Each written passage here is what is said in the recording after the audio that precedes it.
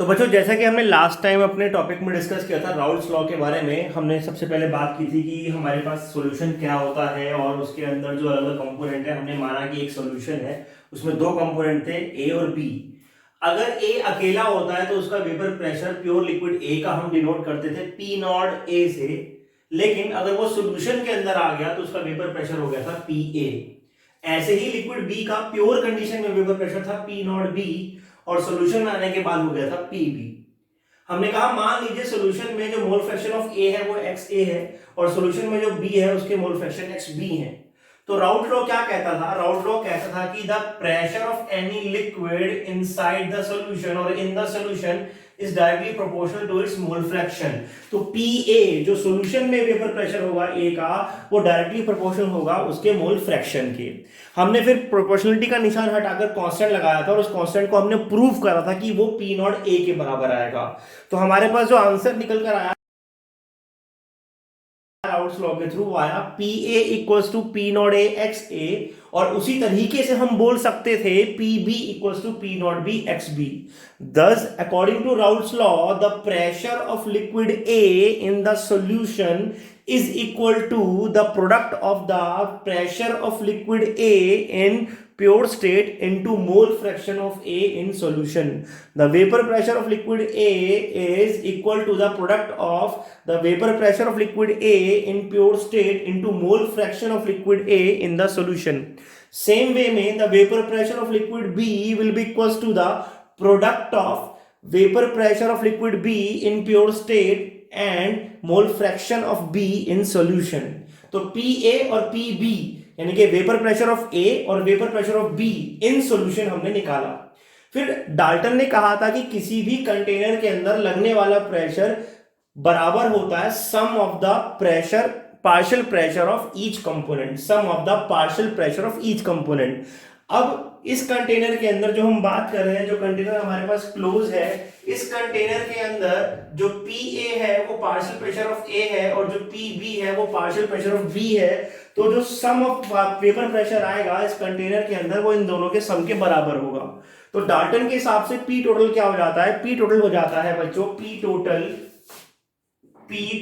Will be equals to P A plus P B. P A हमने अभी अभी पता लगाया क्या? P naught A x A. P B हमने पता लगाया क्या? P naught B x B. तो P total equals to P naught A x A plus P naught B x B हो जाता है। अब हमें यह भी मालूम है कि किसी भी कंपोनेंट का मोल फ्रैक्शन का सम बराबर होता है 1 के। यानी कि हमारे पास दो कंपोनेंट है ए और बी और इनके मोल फ्रैक्शन है एक्स ए एक्स बी। और एक बात मैं आपको बता दूं, बहुत लोग नहीं बताते हैं, ये मोल फ्रैक्शन है किसमें? ये मोल फ्रैक्शन है लिक्विड में, वेपर्स की फॉर्म में नहीं, लिक्विड की फॉर्म में। जो लिक्विड की फॉर्म में मोल फ्रैक्शन है उसकी हम बात कर रहे हैं, एक्स ए और एक्स बी। तो P not A x A plus P not B x B. हाँ, हम कह रहे हैं क्या? एक्स ए और एक्स बी का सम 1 होगा तो एक्स ए बराबर हो जाएगा 1 माइनस एक्स बी के। हम यहाँ पर ये वैल्यू रख देते हैं 1 माइनस एक्स बी। इससे फर्क क्या पड़ता है बच्चों? इससे फर्क कुछ नहीं पड़ता है, लेकिन आगे जाकर हमें प्रॉपर्टीज पढ़नी है, कॉलिगेटिव प्रॉपर्टीज, जो डिपेंड करती हैं on the mole fraction of solute, जो डिपेंड करती हैं on the mole fraction of solute. तो केवल सोल्यूट की टर्म में, मोल फ्रैक्शन की टर्म में जब हमें आंसर देना होता है तो हम इस तरीके से देते हैं। अदरवाइज इक्वेशन नंबर 1 और equation number 2 both are same. Otherwise equation number 1 and equation number 2 are both are same. दोनों ही राउल्स लॉ को क्वालिफाई करती हैं, दोनों ही राउल्स लॉ को प्रूव करती हैं। That is P total equal to P not A x A plus P not B x B, और P total equal to P not A 1 minus X B plus P B x B, या P not B x B, I am sorry. लेकिन यहां पर आपको जो बात ध्यान देनी है वो क्या देनी है कि अब राउल्स लॉ दो अलग अलग सॉल्यूशंस के बारे में बात करेंगे।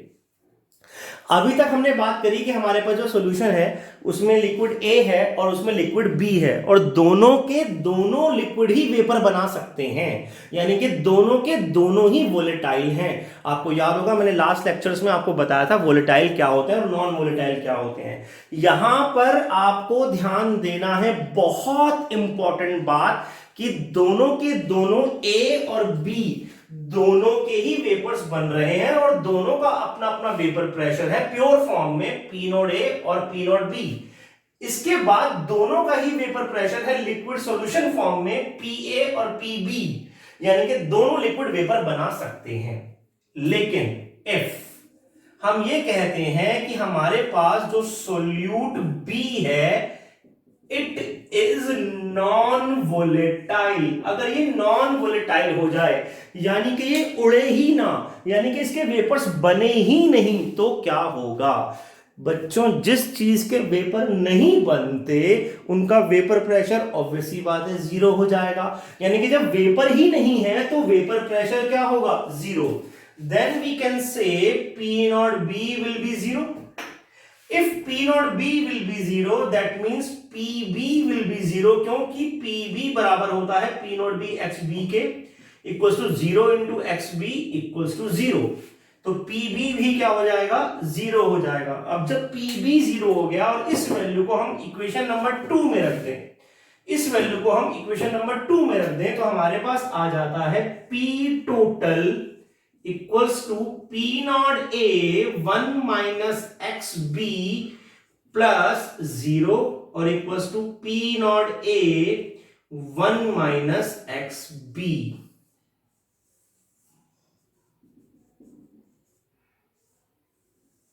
बच्चों बहुत इंपॉर्टेंट है फॉर नॉन वोलेटाइल सोल्यूट। बच्चों हमारे पास अब दो हो गए क्वेश्चन, एक आ गया ये वाला that is for volatile solute. अगर सोल्यूट वोलेटाइल है यानी कि सोल्यूट के भी वेपर प्रेशर बन सकते हैं, और एक आ गया बच्चों हमारे पास नॉन वोलेटाइल सोल्यूट, जब सोल्यूट के वेपर प्रेशर नहीं बन सकते हैं। तो बच्चों राउल्ट्स लॉ दो तरीके से क्वेश्चन एग्जाम में आता है। Define Raoult's law for volatile solute, तो हम केवल ऊपर वाली रिएक्शन तक छोड़ देंगे, that is P total equal to P not A 1 minus XB plus PB not B XB। लेकिन अगर वो कहते हैं if solute is non volatile, तो P नॉट B जीरो हो गया, PB भी जीरो हो गया, तो P टोटल केवल किसके बराबर रह गया? P टोटल बराबर रह गया P not A 1 minus XB के बराबर, that is P total equal to P not A 1 minus XB। अब बच्चों को ध्यान देने वाली बात, ध्यान से समझिएगा, ध्यान देने वाली बात क्या है कि हमने कहा कि जो P है फॉर नॉन वोलेटाइल सोल्यूट वो है P टोटल बराबर P not A 1 minus XB। P not A बराबर 1 minus XB। 1 minus XB is of course lesser than 1, lesser than 1। भाई 1 माइनस XB, 1 में से कोई चीज घटा रहे हैं तो 1 से तो कम ही आएगी। अब जब P not PT equal to P not A 1 minus XB और 1 माइनस XB 1 से कम है, XB 1 ये वैल्यू 1 से कम है, ये वैल्यू 1 से कम है, तो जब किसी चीज को, सिंपल मैथ्स है, जब किसी चीज को मल्टीप्लाई करते हैं 1 से कम वैल्यू में तो वो चीज की वैल्यू कम आती है। कहने का मतलब क्या है, मैं आपसे कहता हूं x equals to y multiply by 0.1, तो y बढ़ा के x बढ़ा, तो y बढ़ा के x बढ़ा, तो बच्चों y बड़ा होगा। क्यों? क्योंकि y इज मल्टीप्लाई बाय 0.1, तो हमारे पास आंसर आ गया पॉइंट y, कम हो गया, तो y is greater than x। ये सिंपल मैथ्स है। ऐसे ही P total equals to P not A 1 minus XB which is less than 1, therefore P not A is always greater than P total. P total से P not A बड़ा होगा। कब? जब P not B zero होगा। दोबारा समझिए, हमने कहा फॉर वोलेटाइल सोल्यूट PT होता है P not A 1 minus XB plus P not B XB। For non volatile solute, क्योंकि vapour pressure of non volatile solute zero हो गया, तो P टोटल केवल और केवल बचा क्या? P not A 1 minus XB। अब हमें यह पता है कि 1 माइनस XB 1 से छोटा है, 1 माइनस XB 1 से छोटा है, तो P total equal to P not A 1 minus XB की रिलेशन निकल कर आती है कि P not A P total से भी बड़ा है। कोई अचंभे वाली बात नहीं है I'm sorry, कोई अचंभे वाली बात नहीं है, कोई परेशान होने वाली बात नहीं है। बहुत सिंपल सी बात है कि 1 माइनस XB 1 से छोटा है तो PT P नॉट A से छोटा होगा। सिंपल मैथ्स है। PT P नॉट A से छोटा होगा, बहुत सिंपल सी बात है। इसका मतलब हम ये कह सकते हैं, अब जो लाइन मैं बोलने जा रहा हूं बहुत इंपॉर्टेंट है, that is when in a liquid a non-volatile solute is added, the vapor pressure of liquid decrease. पहले वेपर प्रेशर था P नॉट ए, अब वेपर प्रेशर है P टोटल, और P टोटल भी P नॉट ए से कम है। यानी कि आपने एक कंटेनर लिया, उस कंटेनर में आपने पानी डाला या आपने कोई लिक्विड डाला, लिक्विड ए, जिसका वेपर प्रेशर प्योर फॉर्म में था P नॉट ए, अब उस पानी में आपने सोल्यूट के मॉलिक्यूल डाल दिए, तो जो सोल्यूट के मॉलिक्यूल उस पानी में आपने डाले, उसकी वजह से एक नया वेपर प्रेशर बना जो P टोटल है, लेकिन P total P not a से छोटा है। बच्चों मैं इसको एक्सपेरिमेंटली भी आपको प्रूव करवा सकता हूं। देखिए पहले क्या हो रहा था, पहले जो वेपर बन रहे थे वो केवल और केवल ए की वजह से बन रहे थे, यानी कि जो सारा का सारा स्पेस था वो ए के मॉलिक्यूल ने घेर रखा था। अब मान लीजिए यहां पर मॉलिक्यूल है 1 2 3 4 5 6 7, सातों के सातों मॉलिक्यूल ए के हैं, लेकिन जैसे ही हमने सोल्यूट बी लेकर आए, अब मान लीजिए जो सोल्यूट बी है मैं उसको शेडेड कर देता हूं, ये 3 मॉलिक्यूल सोल्यूट बी के हो गए। पहली कंडीशन में सातों के सातों हवा में जा सकते थे, क्योंकि सातों के सातों उड़ सकते थे, क्योंकि सातों के सातों वोलेटाइल थे, सातों के सातों ए के मॉलिक्यूल थे। लेकिन अब जो हवा में जा सकते हैं, अब जो वेपर फॉर्म में जा सकते हैं, वो केवल 4 मॉलिक्यूल जा सकते हैं। इसका मतलब जो vapour pressure liquid a pure form में लगा रहा था सोल्यूट डालने के बाद, नॉन वोलेटाइल सोल्यूट डालने के बाद, अब वो लिक्विड उतना वेपर प्रेशर भी नहीं लगा पा रहा। यानी कि अगर आप पानी को उबाल रहे हैं क्लोज कंटेनर में, तो पानी का एक वेपर प्रेशर होगा, लेकिन जैसे ही आप उसमें चीनी डाल देंगे उसका वेपर प्रेशर कम हो जाएगा। The vapour pressure of a pure liquid get lower, the vapor pressure of pure liquid get lower when a non-volatile solute is added in it, when a non-volatile solute is added in it, and this is known as lowering of vapor pressure, and this is known as lowering of vapor pressure, vapor pressure का घट जाना। किसी भी liquid का, pure liquid का vapour pressure कम हो जाता है जब उसमें नॉन वोलेटाइल सॉल्यूट ऐड किया जाता है। इस बात को हम मैथमेटिकली भी समझ सकते हैं, एक्सपेरिमेंटली भी समझ सकते हैं और थ्योरेटिकली भी समझ सकते हैं। कैसे? इस तरीके से ध्यान से देखिएगा, बहुत इंपॉर्टेंट न्यूमेरिकल भी इस पर आते हैं।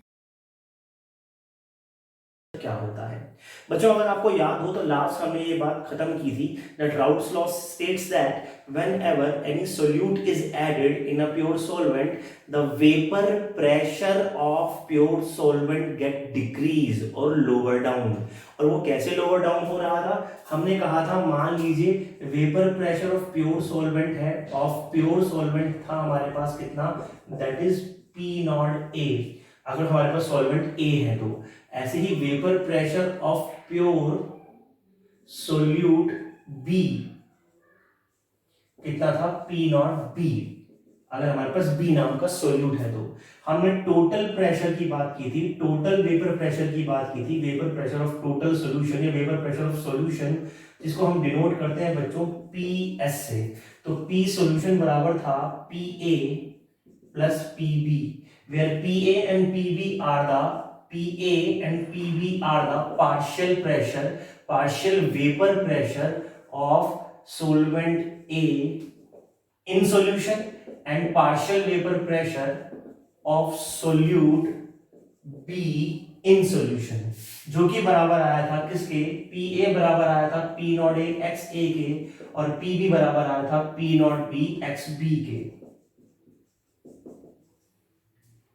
तो हमने यहां पर ये वैल्यू पुट की थी P not A x A plus P not B x B, where x A and x B are the mole fraction of the component in the solution, mole fraction of in the solution, not in vapor phase। बहुत लोग इस बात में गड़बड़ करते हैं, आगे बात करेंगे इसके बारे में, not in vapor phase but in the solution। फिर हमने कहा था if solute B is non volatile, अगर solute B non volatile है यानी कि उसके वेपर्स ही नहीं बन सकते, तो क्या होगा, तो P नॉट B हमने कहा था 0 हो जाएगा, तो PS बराबर हो जाएगा P not A x A plus 0 और P not A x A के।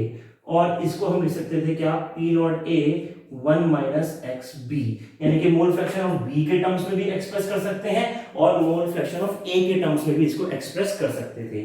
ये था बच्चों Raoult's law for the solution, Raoult's law for the solution.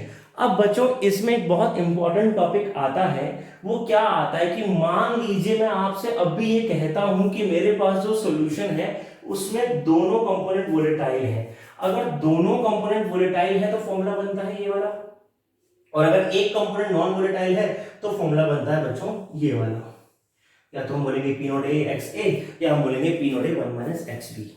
लेकिन इसके अलावा भी सॉल्यूशन जो हमारे पास बना उसमें बहुत सारी बातें हैं जो हमें भी जाननी है। वो बातें क्या हैं कि हमारे पास जो सॉल्यूशन बना उसको हम दो तरीके से डिफाइन कर सकते हैं, उसको हम दो तरीके से डिफाइन कर सकते हैं on the basis of Raoult's law. Raoult's law के बेसिस पर हम दो तरह के सॉल्यूशन कौन से बना सकते हैं बच्चों, एक बनता है आइडियल सॉल्यूशन और एक बनता है बच्चों नॉन आइडियल सॉल्यूशन। आज हम इन्हीं दो सॉल्यूशंस के बारे में बात करने वाले हैं, ideal solution and non ideal solution. जैसा कि आप लोगों ने अपने 11th क्लास में एक टॉपिक पढ़ा था जिसका नाम था आइडियल गैसेस। आइडियल गैसेस कौन सी गैसेस होती थी बच्चों? आइडियल गैसेस वो गैस होती थी जिनका कोई भी गैस मॉलिक्यूल किसी भी कंसंट्रेशन में, किसी भी टेम्परेचर पे, किसी भी प्रेशर पे हमेशा गैस लॉ को ओबे करता था या आइडियल गैस इक्वेशन को ओबे करता था। ऐसे ही बच्चों हमारे पास दो तरह के सॉल्यूशन आते हैं, एक आइडियल सॉल्यूशन और एक नॉन आइडियल सॉल्यूशन। अब आइडियल सॉल्यूशन और नॉन आइडियल सॉल्यूशन क्या होते हैं वो भी उसी तरीके से हम एक्सप्रेस कर सकते हैं। देखिए हमने जब आइडियल वर्ड की बात की थी तो आइडियल वर्ड का मतलब था जो अपने आप को ना बदले। जैसे हमने कहा था कि हमारे जो गैस आइडियल गैस होगी वो किसी भी टेम्परेचर पे, किसी भी प्रेशर पे काइनेटिक थ्योरी ऑफ गैसेस को फॉलो करेगी, सारी की सारी गैस लॉस को फॉलो करेगी और पीवी इक्वल टू एनआरटी जो आइडियल गैस इक्वेशन है उसको भी फॉलो करेगी अंडर एवरी कंडीशन। लेकिन हमें दुनिया में कभी भी बिल्कुल 101% आइडियल गैस नहीं मिलती थी, एटलीस्ट इन नेचुरल कंडीशन। तो हम किसी भी गैस को आइडियल गैस बनाते थे by our own method, and that is when we increase the temperature or when we decrease the pressure the gas becomes ideal or it starts behaving ideally. Still उसमें कुछ ना कुछ कमियां थी। क्या कमियां थी वो हम 11 में पढ़कर आए थे या कभी अब दोबारा गैस के बारे में बात करेंगे तब बात करेंगे। आज बच्चों हम बात कर रहे हैं किसके बारे में, सॉल्यूशन के बारे में। अब कोई भी सॉल्यूशन आइडियल सॉल्यूशन कैसे हो सकता है या किसी भी सॉल्यूशन को आइडियल सॉल्यूशन कब कहा जाएगा इसके बारे में हम बात करते हैं। अच्छा, सबसे पहले आपको ये तो बिल्कुल अच्छे से मालूम होगा कि जो सॉल्यूशन होता है वो दो चीजों से मिलकर, कम से कम दो चीजों से मिलकर बनता है, एक सॉल्वेंट और दूसरा सोल्यूट। सॉल्वेंट और सोल्यूट। अब अगर इस सॉल्वेंट और सोल्यूट को मिक्स करने के बाद, सॉल्वेंट और सोल्यूट को मिक्स करने के बाद कुछ हम प्रॉपर्टीज को स्टडी करते हैं और उन प्रॉपर्टीज की मदद से हम ये बता पाते हैं कि हमारा सॉल्यूशन आइडियल है या नहीं है। अब वो कैसे? मान लीजिए मैं आपसे कहता हूं कि मेरे पास एक कंटेनर है और उस कंटेनर में 1 लीटर ए नाम का सॉल्वेंट है। मान लीजिए मेरे पास एक कंटेनर है, उस कंटेनर में 1 लीटर ए नाम का सॉल्वेंट है या कोई लिक्विड है। मेरे पास एक और कंटेनर है और उसमें बी नाम का 1 लीटर कोई और लिक्विड है। तो लिक्विड ए और लिक्विड बी दो अलग अलग कंटेनर में हैं। दोनों कंटेनर के अंदर जो वॉल्यूम है ए का 1 लीटर है और बी का भी 1 लीटर है। अब बच्चों अगर मैं तुमसे एक सिंपल सी मैथ्स पूछूं, मैं इन दोनों बीकर के वॉल्यूम को, इन दोनों बीकर के लिक्विड को इकट्ठा करूं और इकट्ठा करके एक और कंटेनर में डाल दूं जहां पर a प्लस बी दोनों के दोनों एक साथ आ जाते हैं, तो उसका वॉल्यूम कितना होगा? पहले का वॉल्यूम 1 लीटर है, दूसरे का वॉल्यूम भी 1 लीटर है, तो दोनों का मिलाकर वॉल्यूम कितना होगा? अब बच्चों एक सिंपल सी मैथ्स है, आप 5th 6th 7th 8th 9th 10th 11th class तक भी अगर इस बारे में बात करेंगे तो आप बोलेंगे सर बहुत सिंपल है, 1 + 1 दैट इज 2 लीटर सॉल्यूशन बन जाएगा। लेकिन बच्चों ये हर बार जरूरी नहीं है कि 2 लीटर सॉल्यूशन ही बने। होता क्या है, हो सकता है ये 1 लीटर और ये 1 लीटर मिलके बना दें 1.99 लीटर। हो सकता है ये बना दें 2.01 लीटर, यानी कि वॉल्यूम बढ़ गया, और हो सकता है ये बना दें पूरा का पूरा 2 लीटर जैसा कि आप सोच रहे थे। यानी कि अगर मैं आपको ऑप्शन दूं कि क्या 1.99 लीटर हो सकता है, बिल्कुल हो सकता है। क्या 2.01 लीटर यानी कि वॉल्यूम बढ़ भी सकता है, हो सकता है। क्या वॉल्यूम बिल्कुल सेम रह सकता है, हाँ, इसकी चांसेस ज्यादा होती है, क्योंकि हमें लगता है 1 + 1 2 के बराबर होगा ही होगा। लेकिन हकीकत में ऐसा नहीं होता। जनरली ये कंडीशन देखने को नहीं मिलती। अगर ये कंडीशन यानी कि 2 लीटर सॉल्यूशन ही बन जाए 1 + 1 को ऐड करके, तो हमें लगता है कि आइडियल सॉल्यूशन है। पर आइडियली ऐसा होता नहीं कि दो लिक्विड को मिक्स करने के बाद उनकी पहले की वॉल्यूम जो कि 1 + 1 है, अगर वो बराबर है 2 के, 1 + 1 है, अगर 1 लीटर + 1 लीटर है और वो बराबर है 2 लीटर के, then this solution can be expressed as ideal solution। और अगर वो 1 + 1 2 के बराबर नहीं है, then it is called non-ideal solution। यानी कि 1 + 1 दो अलग अलग वॉल्यूम लिए, दो हमने लिक्विड लिए या दो कोई भी हमने कंपोनेंट लिए, दोनों को मिक्स करा, दोनों को मिक्स करने से पहले जो वॉल्यूम था, बाद में जो वॉल्यूम है, अगर वो बराबर आ रहा है तो हम कह सकते हैं ये आइडियल सॉल्यूशन है। बराबर नहीं आ रहा है तो इसका मतलब ये आइडियल सॉल्यूशन नहीं है। क्या यही एक केवल कैरेक्टर है? नहीं, और भी है। अब मान लीजिए मैं आपसे ये कहता हूं कि इस सॉल्यूशन के अंदर जो मॉलिक्यूल्स थे उनके पास कुछ हीट थी, लेट्स से उनके पास हीट थी 100 जूल, और इसमें भी जो मॉलिक्यूल्स थे उनके पास हीट थी मान लीजिए 100 जूल। अब अगर मैं आपसे ये कहता हूं कि 100 + 100 जूल जो हीट है वो ऐड करके आ रही है 200 जूल, तो ये आइडियल सॉल्यूशन है। लेकिन 100 + 100 हो सकता है ऐड करके 200 से ज्यादा हो गई हो, तो इसका मतलब ये आइडियल सॉल्यूशन नहीं है। हो सकता है 200 से कम हो गई हो, इसका मतलब भी ये आइडियल सॉल्यूशन नहीं है। यानी कि वॉल्यूम में अगर कोई चेंज आ रहा है तो कोई भी सॉल्यूशन आइडियल नहीं कहलाएगा। हीट में कोई चेंज आ रहा है, सॉल्यूशन आइडियल नहीं कहलाएगा। इसको बच्चों में इस तरीके से समझाता हूं। मान लीजिए तुम एक क्लास के अंदर बैठे हो, तुम सारे के सारे साइंस स्टूडेंट्स हो और उस क्लास के अंदर 50 चेयर हैं। अब 50 चेयर हैं तो साइंस स्टूडेंट्स कितने उसके अंदर आ सकते हैं? 50 बच्चे आ सकते हैं, पर तुम 25 बच्चे बैठे थे। तो मुझे लगा कि चलो मैं 25 बच्चे कॉमर्स के भी उस क्लास में बुला लेता हूं। जैसे ही मैंने 25 बच्चे उस क्लास से कॉमर्स के अपनी क्लास में बुलाए, जहां पर अभी भी 25 चेयर खाली थी, मान लीजिए मैंने क्या कहा, मेरे पास है 50 चेयर और उनमें से 25 चेयर्स पे साइंस के स्टूडेंट्स बैठे हैं। ठीक है बच्चों, अब ध्यान से समझना। अब मैं तुमसे ये कहता हूं कि मैंने क्या करा, मैंने 25 चेयर्स पर साइंस स्टूडेंट्स को बिठाया और 25 कॉमर्स के स्टूडेंट्स को बुला लिया, और मैंने कहा भाई बाकी चेयर में तुम लोग बैठ जाओ। तो क्या वो 25 चेयर्स बाकी के 25 स्टूडेंट्स के लिए काफी हैं? हाँ सर, ऑफ कोर्स काफी हैं। 25 चेयर खाली थी, आपने 25 बच्चे बाहर से बुला लिए, नहीं, काफी नहीं है। हो सकता है कुछ चेयर बच जाए। कैसे बच जाए? हो सकता है आप लोग दोस्ती निभाना शुरू कर दें, भाई मेरे पास आके बैठ जाओ। एक चेयर पे जहां 3 लोग बैठ सकते थे, एक बेंच पे जहां 3 लोग बैठ सकते थे, आप 4-4 बैठे, क्योंकि दोस्ती निभा रहे हो। इसका मतलब एक जगह खाली रह गई। ऐसा भी हो सकता है कि आप लोगों की लड़ाई हो रखी हो और कोई एक बच्चा हो जो बहुत ही रोबस्ट हो, जो कहे मैं किसी के साथ नहीं बैठूंगा, जो 3 की बेंच पे उसको अकेला बैठ जाए।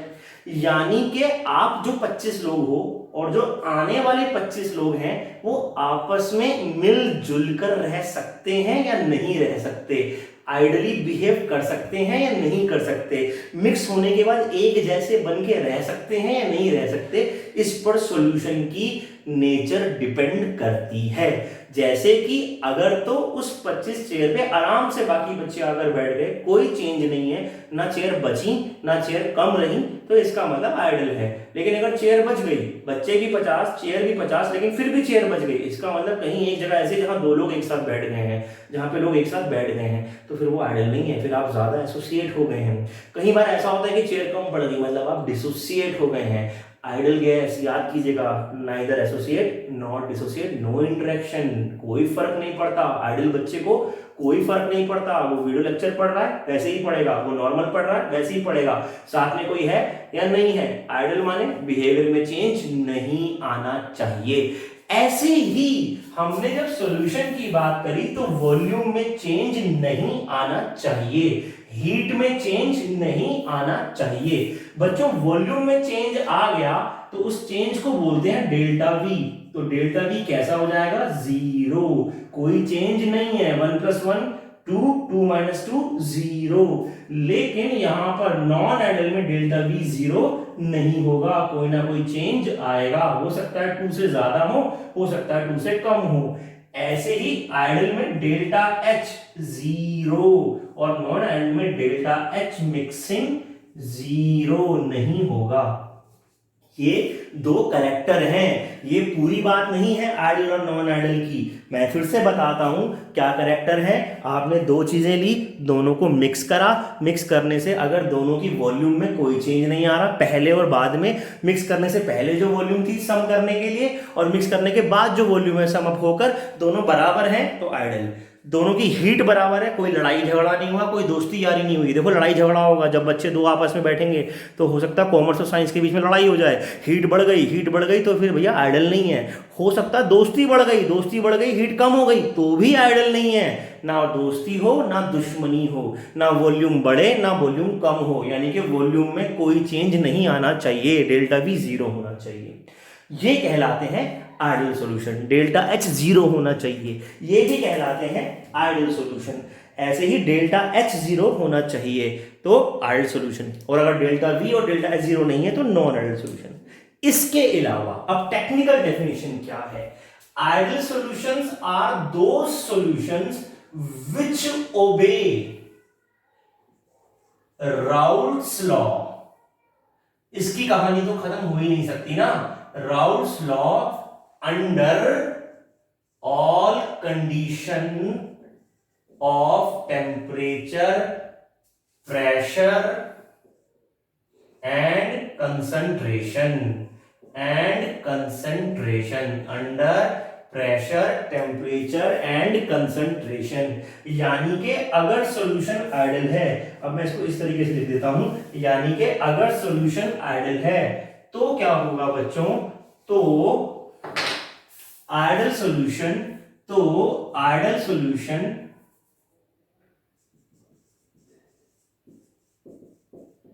डेल्टा वी जीरो होगा, डेल्टा एच भी जीरो होगा, यानी कि H mixing, heat before mixing is equal to heat after mixing, और राउल्ट्स लॉ को फॉलो करेगा। That is PS will be equals to P not A XA plus P not B XB। लेकिन अगर non ideal solution हुआ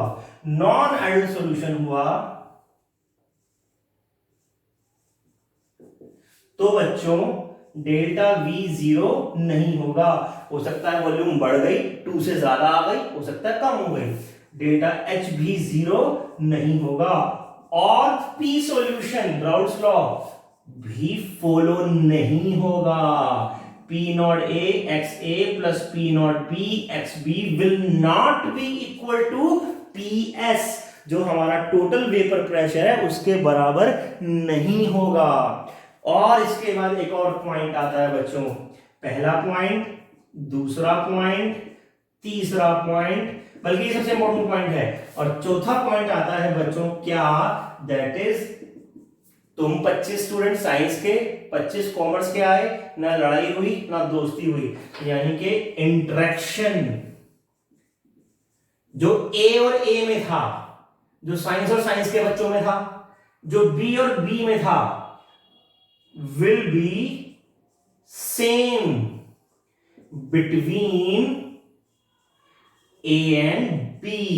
A और B में भी वैसा ही रहेगा, साइंस और कॉमर्स में भी वैसा ही रहेगा।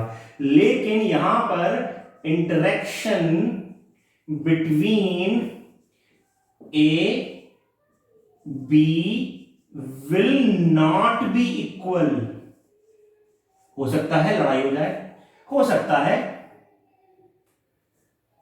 कि दोस्ती हो जाए, हो सकता है चेयर्स कम पड़ जाए, 50 से भी कम पड़ जाए, 50 बच्चे हैं लेकिन चेयर्स 50 से ज्यादा चाहिए क्योंकि लड़ाई हो गई, हर बच्चा कह रहा है मैं तो अलग बैठूंगा।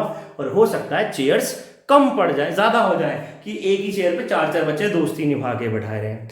तो इंटरेक्शन भी चेंज नहीं होना चाहिए। बच्चों मिक्सिंग करने के बाद वॉल्यूम चेंज नहीं हो रही, हीट चेंज नहीं हो रही, राउल्ट्स लॉ को फॉलो कर रहा है, और जैसा आपस में इंटरेक्शन था ए का और बी का, वैसा ही ए और बी का भी है। साइंस वालों का साइंस के साथ, कॉमर्स वालों का कॉमर्स के साथ, और साइंस कॉमर्स का दोनों को आपस में भी एक साथ। तो वो आइडल सॉल्यूशन, आइडल बच्चे कहलाते हैं। लेकिन अगर डेल्टा बी जीरो नहीं है, डेल्टा एस जीरो नहीं है, और उसके बाद पीएस भी फॉलो नहीं कर रहा है, राउल्ट्स लॉ भी फॉलो नहीं कर रहा है, और इंटरेक्शन भी चेंज हो रहा है, तो फिर वो नॉन आइडल